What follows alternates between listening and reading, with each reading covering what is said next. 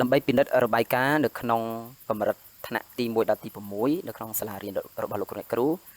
ជំហានដំបូងលោកគ្រូអ្នកគ្រូចូលទៅកាន់ថ្នាលគ្រប់គ្រងសាលារៀនបាទអញ្ចឹងវិធីចូលលោកគ្រូអ្នកគ្រូអាចដឹងហើយបាទយើងចូលតាមជំហានមួយណាក៏បានដែរ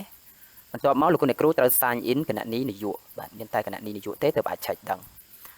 បន្ទាប់មកលោកគ្រូអ្នកគ្រូចូលទៅកាន់ពាក្យកន្លែងត្រេ3នេះបាទបន្ទាប់មកយើងជ្រើសពាក្យរបាយការណ៍បាទជំហានបន្ទាប់លោកគ្រូអ្នកគ្រូជ្រើសពាក្យការបញ្ចូលទិន្នន័យបាទនៅខាងក្រោមគេហ្នឹងបាទលោកគ្រូចុចទៅបន្ទាប់មកវាលោតផ្ទាំងខាងស្ដាំនេះគឺយើងអាចឆែកគ្រប់កម្រិតថ្នាក់បាទអញ្ចឹងកន្លែងនេះគេដាក់កម្រិតទាំងអស់អញ្ចឹងវាបង្ហាញគ្រប់ថ្នាក់បើសិនលោកគ្រូមាន6ថ្នាក់បង្ហាញ6ថ្នាក់បើមាន12ថ្នាក់គឺបង្ហាញ12ថ្នាក់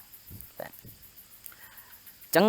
លោកគ្រូអ្នកគ្រូចង់ដឹងថាទិន្នន័យថ្នាក់លោកគ្រូអ្នកគ្រូណាមួយដែលបំពេញបានត្រឹមត្រូវឬក៏ខ្វះខាតលោកគ្រូអ្នកគ្រូដាក់កន្លែងកម្រិតថ្នាក់ទីនេះបាទដូចកម្រិតថ្នាក់ទី2ទី3ទី6នេះគឺមានសញ្ញា text ចាំមានថាទិន្នន័យគាត់គឺបំពេញបានទាំងអស់ហើយបាទប៉ុន្តែភាពត្រឹមត្រូវយើងអត់តន់និយាយទេបាទអានឹងតើយើងទាញទិន្នន័យហ្នឹងមួយបាទមកសង្កេតតែយើងគ្រាន់តែចង់ពិនិត្យថាគាត់បំពេញបានគ្រប់សិស្សហើយឬនៅបាទអញ្ចឹងឧទាហរណ៍ដូចថ្នាក់ទី1នេះគឺអត់តន់ text ចាំមានថាខ្វះខាតអញ្ចឹងខ្វះក្នុងទិន្នន័យណាមួយបាទអញ្ចឹងកន្លែងការពេញទិន្នន័យផ្ទាល់ខ្លួននេះគឺ48លើ48ត្រឹមត្រូវពេញហើយបាទ BMI នេះគាត់ពេញដែរអញ្ចឹងយើងសង្កេតកន្លែងផ្សេងបាទដូចកន្លែងនេះ46លើ48មានថាគាត់ទៅបំពេញបាន46សិស្សទេខ្វះ2នាក់បាទអញ្ចឹងយើងអាចយករបាយការណ៍ហ្នឹង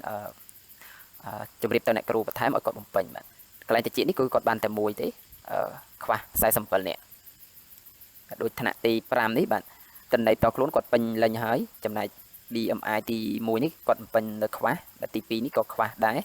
អញ្ចឹងយើងអាចប្រាប់គាត់បន្ថែមពីរបៀបបំពេញចឹងទៅបាទអញ្ចឹងវីដេអូរបស់ខ្ញុំមានតែប៉ុណ្្នឹងទេបាទជម្រាបលាលោកគ្រូ